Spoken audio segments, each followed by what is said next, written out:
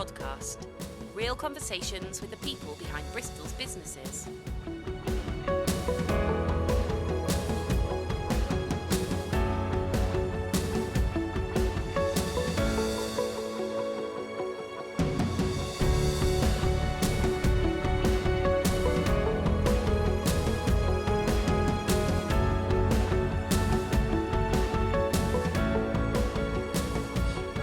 Welcome back to the Bristol Business Podcast. My name's Lee, I'm the host. We're going to explore the journey, challenge and insights of some of Bristol's most inspiring business owners and founders, where we dive into what it really takes to run a business in this amazing city of ours. My guest today is Ben Steele. Ben, hello, how are we doing today? Good, thank you. Very good. So, do you want to do a little bit of an introduction? Yeah, sure. So I'm Ben Steele. I'm Managing Director of Steele. We also trade as Vifi as well. We're an accounting firm and outsourced finance team in Bristol. We deal with every business you could imagine, every industry, small business owners, startups, right through to sort of big multi-million pounds. Awesome, thank you for that. And just before we get into it, just like to talk about your Bristol roots a little bit. Sure. So born and bred in Bristol, as they say.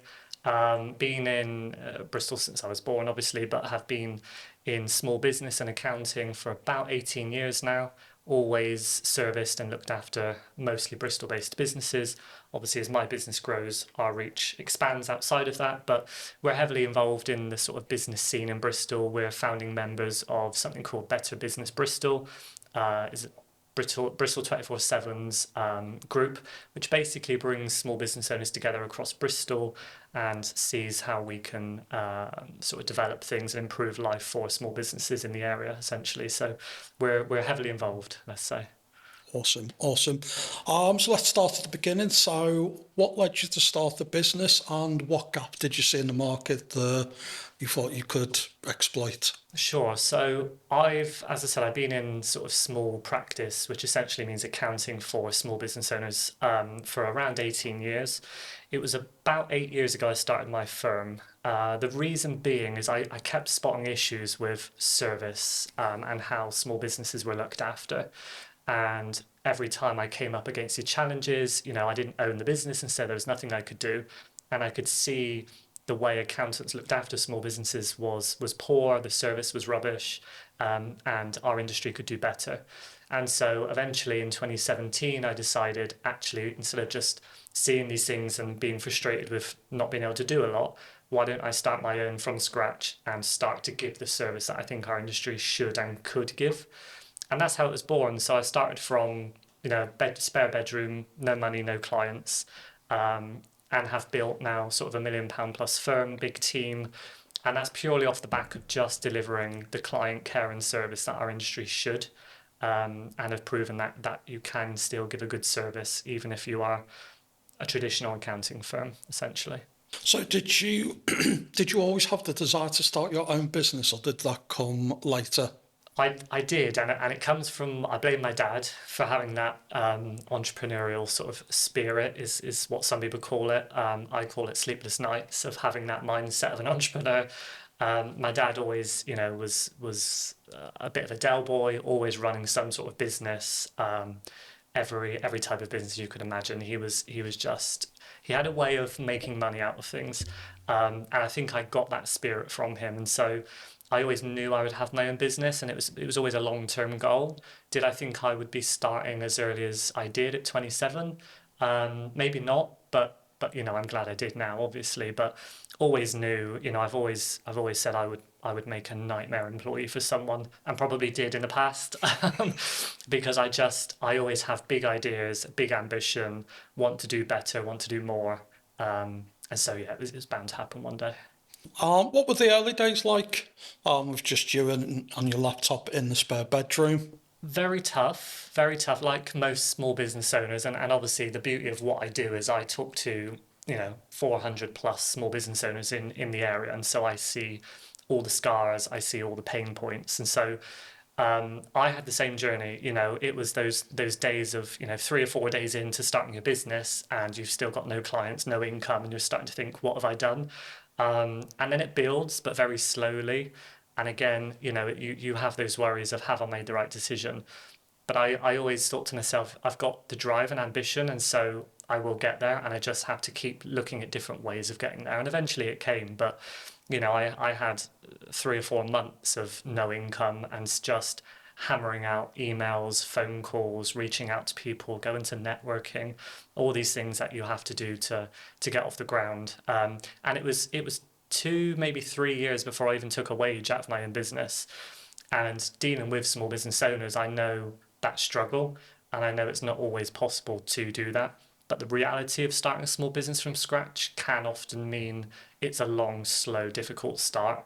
But it's just whether you have the drive and ambition to see it through, essentially. So it was tough for a while, but we got there in the end. Again, you describe an outsourced finance department. Luckily, I'm clear with that, but just so our audience and viewers, what is an outsourced finance team? So if you think of sort of bigger established businesses, teams of 20, 30, 40 plus, they might have in-house finance staff. So an in-house finance assistant, bookkeeper, they might have a finance manager, they might have a sort of fractional or even in-house FD. To really drive the business forward, to do all of the processing, to answer customer queries on billing, but then strategically to direct the business, etc.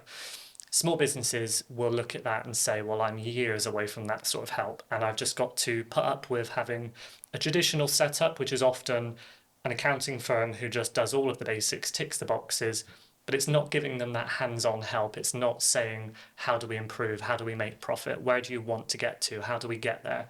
And also having somebody sort of take over that for them, and they will still have to be heavily involved as a business owner. So they're trying to grow a business, but they still have to deal with the admin of the finance department. So what we do is actually say, we can provide what a big company would have, but for small businesses. Yeah. We give you your own finance department. You have your own day-to-day finance assistant covering your accounts inbox, dealing with suppliers and customers. You have your own chartered finance manager who can do all of the more complex management reporting and cash flows and forecasts. And sometimes clients will then even go above that, and they will opt for our outsourced finance director level service. So that's where it's even more sort of deep diving and hands-on strategy of, let's come up with a 2, 3, 5 year plan, and let's make sure that we get you there. Now, to small business owners, that type of hands-on help would probably sound like scary, like that's a lot of money. But actually what we've developed is a model where we can provide it probably no more than they already pay for bookkeeping and accounting services. So it's just having that conversation to say, right, this is what I need, what can you do for us? And they're always surprised by how it is an affordable service. Awesome. And how do you differentiate yourself from traditional accountants or bookkeepers?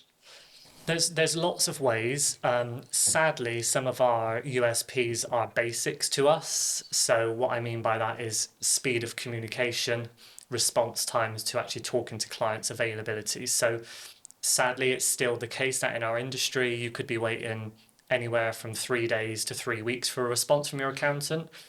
Ours, you pick up the phone, we're probably going to answer immediately, and you can talk to whoever your finance assistant is, or bookkeeper, or accountant, or whoever. So speed of response is one. If it's not instant, it's within a couple of hours that you're able to talk to somebody that you need.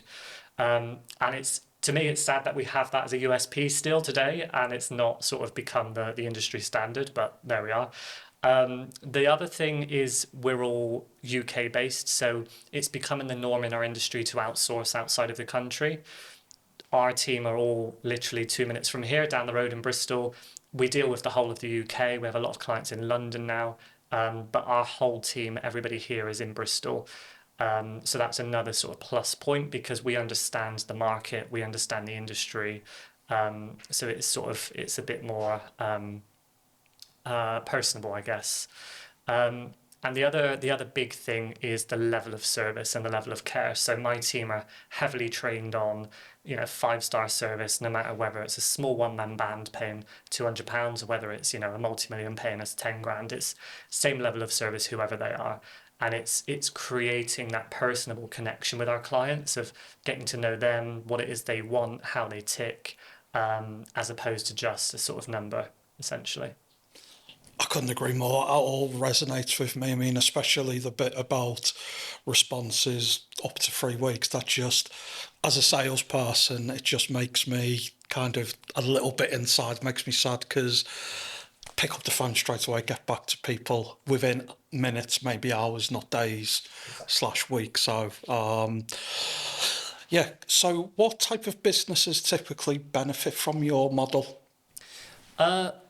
A variety, I guess, for different reasons. So you have startups who need to make sure that, they're brand new to running a business and they need to understand that they're doing everything, compliant wise, they're ticking all the boxes, they're not missing anything.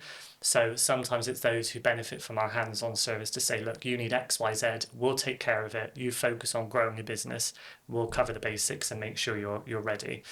Then you've got the sort of ambitious and growing businesses who might even still be small, but they want to grow and they have plans and they have ideas, and we help them get there. We then have more established businesses who are already, a few years in and they've grown a decent amount, but actually they're at that point there where they don't feel like they're growing anymore. They're at a bit of a stuck point. They're not moving anywhere and they need that more hands-on directional help. And again, those are sort of the type of businesses that we can really sort of add value to.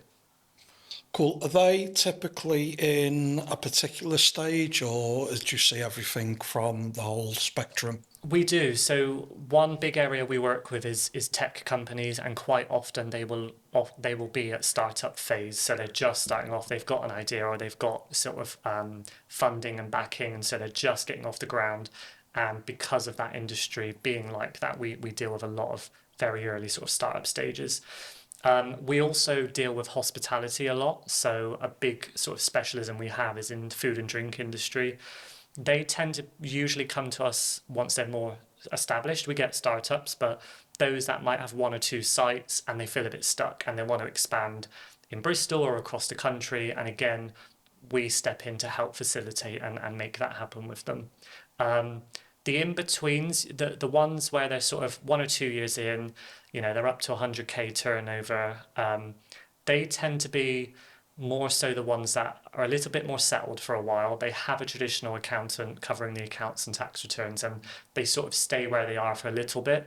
It's not until they then grow a bit more and think, actually, I want to push on beyond this, that then they tend to come to us and we step in. So it's sort of like that middle ground, that sort of first couple of years, pre sort of VAT registration threshold. Those are the ones that tend to float along for a bit longer until they realise, actually, we probably could do better and grow more if we had a bit more help now. And can you just walk us through some of the types of service you provide? Yeah, so we can cover the basics that traditional accounting firms would cover, and we call those the boring basics. They have to be done. We can do them. We're still chartered accountants. We're still tax qualified. We can do that, and actually we can usually do it quicker and better because we already have hands-on information and insight into our businesses. So actually we can give tax advice throughout the year because we see your finances on a monthly basis, as opposed to after the fact when your year end's finished and then it's too late to do anything about it.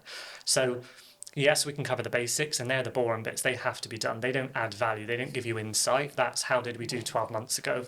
Brilliant. What we do is we can do all of the day-to-day that a finance assistant would do. So all of your basic bookkeeping and VAT returns. We can run your accounts inbox. We can deal with your customers and do credit control. We can deal with suppliers and make sure payments are being done on time. With that, we can then help with cash flow and forecasting. Then we can do slightly higher level stuff like the budgets, forecasting reports, and management reports. So you'll get to see live on a monthly basis how your business is doing. Have you made profit? Could you make more profit, etc.? What margins are you hitting? So that's sort of the more monthly or quarterly services. And then we can do even higher level services than that, such as strategy, the sort of things you'd get from a fractional CFO. Then we can do that sort of service as well. And then because we've done all of that, we can step in at year end, do the boring accounts, do your tax returns, get those filed away. So the whole range that you can expect in a finance team plus an external traditional accountant, we can do everything. Awesome. Technology seems to be at the heart of of what you guys do. How important is automation and cloud-based software for you guys? So for us, it's huge, and actually for small businesses in the UK, it's just as huge and getting bigger now, which I'll circle back to. But I started the firm from day one on the concept of digital, not just because it makes things more efficient for what we do, but actually there's huge benefits to the client and to the business owner of being digital. Not only does it save the business owner loads of time, but actually it's those live insights. It's saying, rather than just list stuff on a spreadsheet or store stuff away in folders for the year, actually if you get onto a digital system at any point, you can run a P&L and you can see how you're doing. And to me, that's powerful. If you're putting stuff in folders all year and then just giving it to your accountant at year end, you're waiting for that surprise of how did I do? Is there a tax bill? But actually you go digital and you can see that as you go throughout the year. How am I doing at this point? I'm 6 months in. How am I doing? And to me, the power of that, I think, sometimes is underestimated. Then you've got all the other benefits that come with digital and tech, with running a business. So automated credit control, chasing money and getting that cash in, which is key for small businesses. Huge. Suppliers, how much do I owe out at any time? What debts is the business building up? Again, as a massive insight that they should know. So I could go on and on for hours about the benefits of being digital, but at this point, I think it's probably a necessity for businesses to be digital or have a plan of going digital very soon, mainly because of something coming called MTD. A lot of people are still unaware of what this is. It's coming in less than 12 months' time. HMRC are just sending out letters to small businesses. So this first round is going to be affecting sole traders and self-employed people, plus rental property owners. Which will mean that they have to be digital. It won't be a choice anymore. So in less than 12 months, we're talking April, so sort of 8 to 10 months' time, they will have to be digital. Now is the time to start thinking about that rather than all of a sudden when you have to start filing. So if they're self-employed or they're sole traders or they own property, they're currently used to filing tax returns once a year, as everybody knows. That will suddenly become 5 times a year. And they need to be ready for that by April. So if you haven't heard of MTD, look into it, get in touch, we can talk to you about it. But it's time to start thinking about that now and not later down the line. So again, that's why digital is necessary now. Cool. So is MTD, is that Making Tax Digital? Yes, that's it. So Making Tax Digital, round 1 was for VAT. That came in 3, 4, 5 years ago. MTD now has round 2, which is for income tax.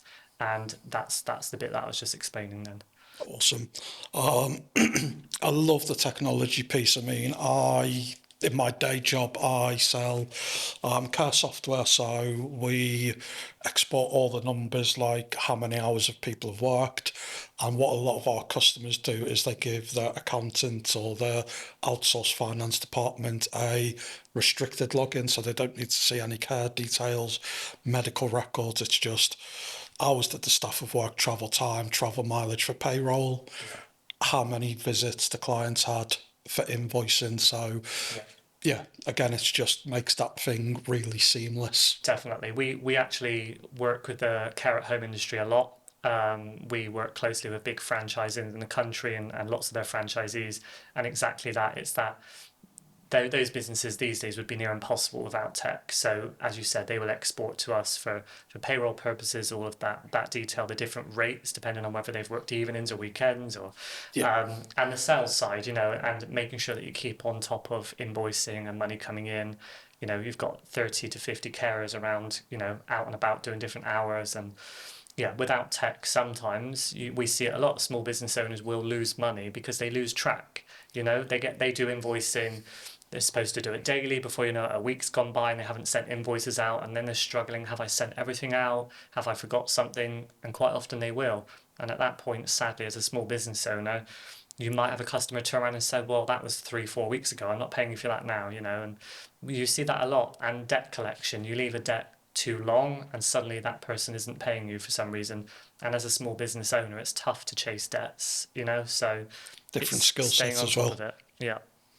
Yeah, it's it's amazing where we are in terms of tech. I mean, we've had customers who before they come to us, the reason they come to us is they pay the staff the hourly rate for the contact time when they're visiting that client. Because they haven't got the travel time and travel mileage on, that person's now dipped under national minimum wage. They're in a lot of trouble for that. So it just avoids stuff like that as well. 100%, and HMRC are way more on top of these things at the moment as well, and we're seeing HMRC investigations way more frequently than we used to. They used to be a rarity. We would see one or two a year, if that. We're seeing a few monthly at the moment, and post-COVID, post-bounce-back loan syndrome, as I call it, we're seeing investigations ramp up because they're trying to get their money back, right? And without the audit trail of digital and tech, of having all this data to hand to back yourself, again, it's tough. So if you have to get 2, 3, 4 years worth of data and information together for HMRC, if you're not on digital and tech and you're just dealing with papers and Excel spreadsheets, you could end up tripping yourself up. So yeah, and we're seeing it in all industries. We're seeing it for payroll reasons, for minimum wage checks. We're seeing a lot in the care industry at the moment. VAT checks on all sorts of industries. They're really trying to recoup their money, it seems, and digital and tech will protect you from that because you'll have a full audit trail of everything you've done.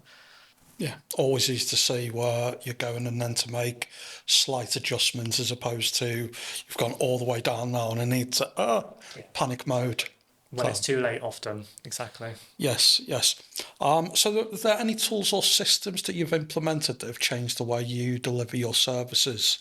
So right from when I started my firm, I decided to, rather than be the jack of all trades, to choose one system that I felt was best for me and my clients and that I could become a true expert on. It's controversial in our industry. You have some that will try to use all softwares and systems, and then you have some like us who sort of focus on one. So ours, for example, is Xero.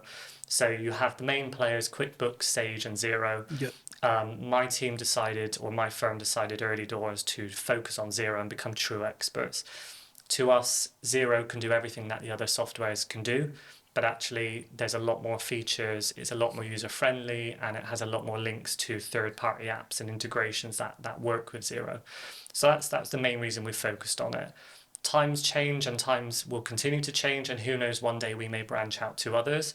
We can work with others, but often it's temporarily until they finish the year and then we migrate them to Xero from whatever they're on.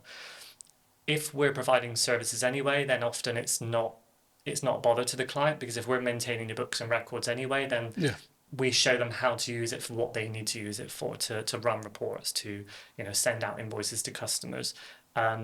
So we can train them and show them how to use it, but Xero for us is our focus because it seems to tick most boxes in the sort of accounting software space, essentially. So that's to me the main game changer, is making sure that clients are on there, but not just on there, set up properly.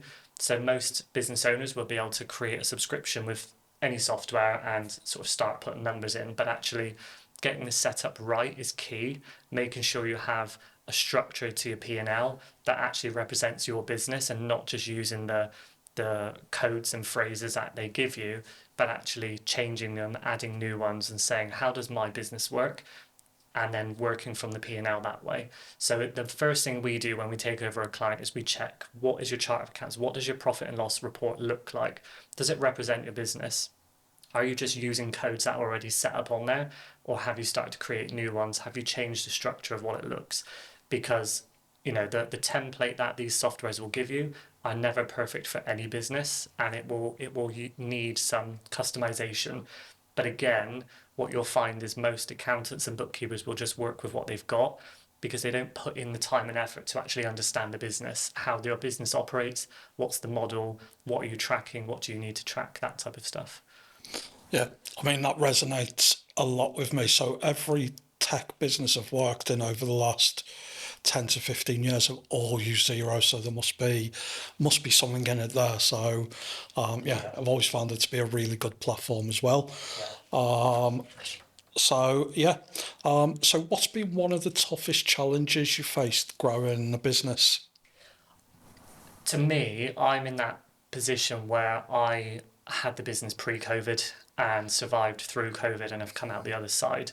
And I'm still a small business. We're part of the Streets group now, but during COVID, I was a small business. I wasn't part of the Streets group at that point. And what that meant was, because of the nature of what I do, I'm looking after hundreds of small business owners. And COVID was tough for small businesses, right? And I was their sort of frontline defense against what was happening in terms of protecting their business and trying to get through it. And when I have, 400 or 500 clients all phoning me right up until midnight, 7 days a week over the COVID period, crying down the phone saying, how am I going to get through this? That was probably the toughest 12 months of my business.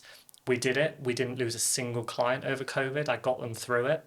But it was tough. It was tough. And hearing all the different stories coming from clients in different unique circumstances, to me, shielding all of that was a tough time. But it was also, I guess, the most rewarding that I got them all through it and got them all to survive and didn't lose a single business owner during that time. It was sort of almost bittersweet, it was tough, but rewarding at the end. Yeah, no, 100%. I mean, and you said earlier that you work with a lot of hospitality company. I mean, must have been particularly tough on them. I mean, there were things like the care sector which had to carry on running, but hospitality was probably the biggest hit one. It was, we had clients saying, right, we're now shut. When are we opening? And I had no answers for them.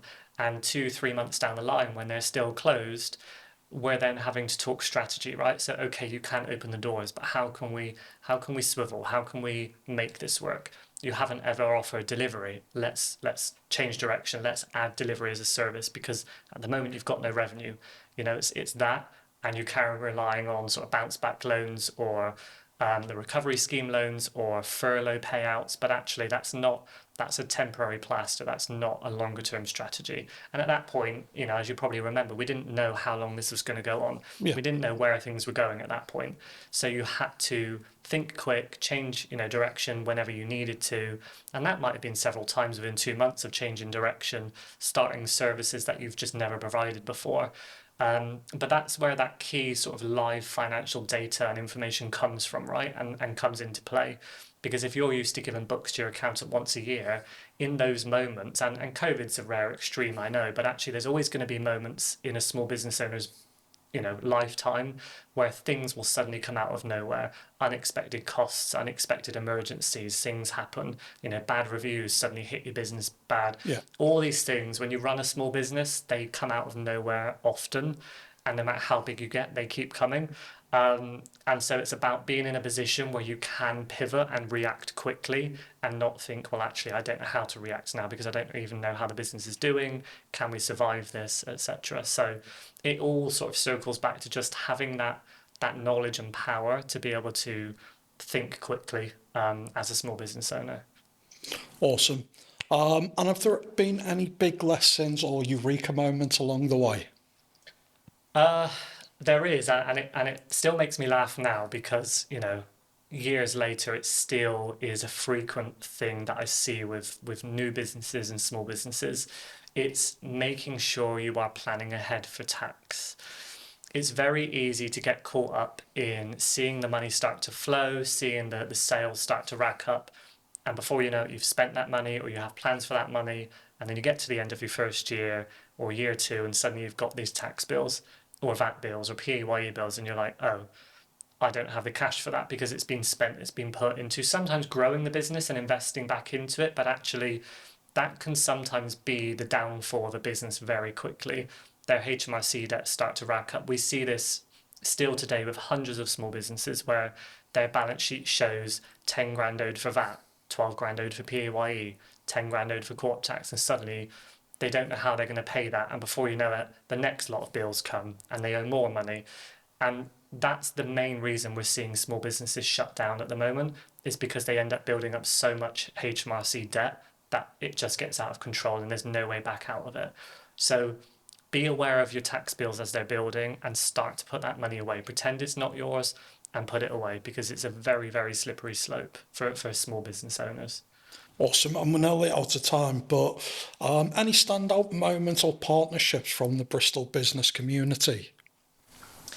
So there's been some really good stuff with this Bristol 24/7 group that I'm part of, where It's sort of physical stuff where we're talking about, access for customers, road closures, etc., ruining small businesses, parking being stripped away, etc. So there's stuff like that we've tried to push back on. But actually, what they do well is they deal with local communities and students and people from positions and backgrounds where they wouldn't usually get opportunities, and they work with them to bring them into businesses, to the workplaces, and that type of thing, being part of that is really nice. So they've gone to local schools who don't usually get, the students don't get great opportunities in life, and they've trained them up to be chefs, and they've put them into kitchens with jobs, and they've had them like cooking for our business sort of events and things. And seeing that we give them back to the community is a big part of who I am and what I do.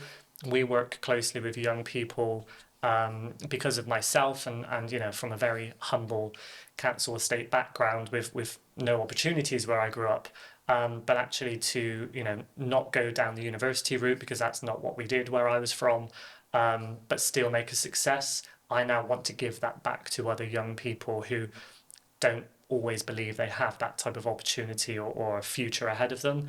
And I say, actually, you do and you can. And we take on lots of students, we take on lots of apprentices to get them trained up. Especially in our industry, it's still quite a sort of an industry where people from my background don't often get those opportunities. And actually, I'm trying to change that with what we do and bring people in, who don't think that they've not gone to uni, and so that's off the table. And actually, we bring them in, train them from scratch, and say, let's build you that career that you can have. So community and things like that is a big thing for me. So when we get to be involved with that type of thing, it's really nice to see. Awesome. And any final thoughts? So you can contact us at our website, ukfinanceteam.co.uk. You can find me on LinkedIn, find us on socials, pop us a message, and somebody will get back to you very quickly. Awesome. Thank you so much for your time today. It's been really enlightening. No problem. Thanks for having me. And that wraps up another episode of the Bristol Business Podcast. Thank you to Ben for his time today. I found it really enlightening. Make sure you follow, subscribe on all of the social channels. Thanks for joining us on the Bristol Business Podcast. Please remember to leave a like, comment and subscribe. If you are interested in appearing or sponsoring the podcast, contact details can be found in the episode description.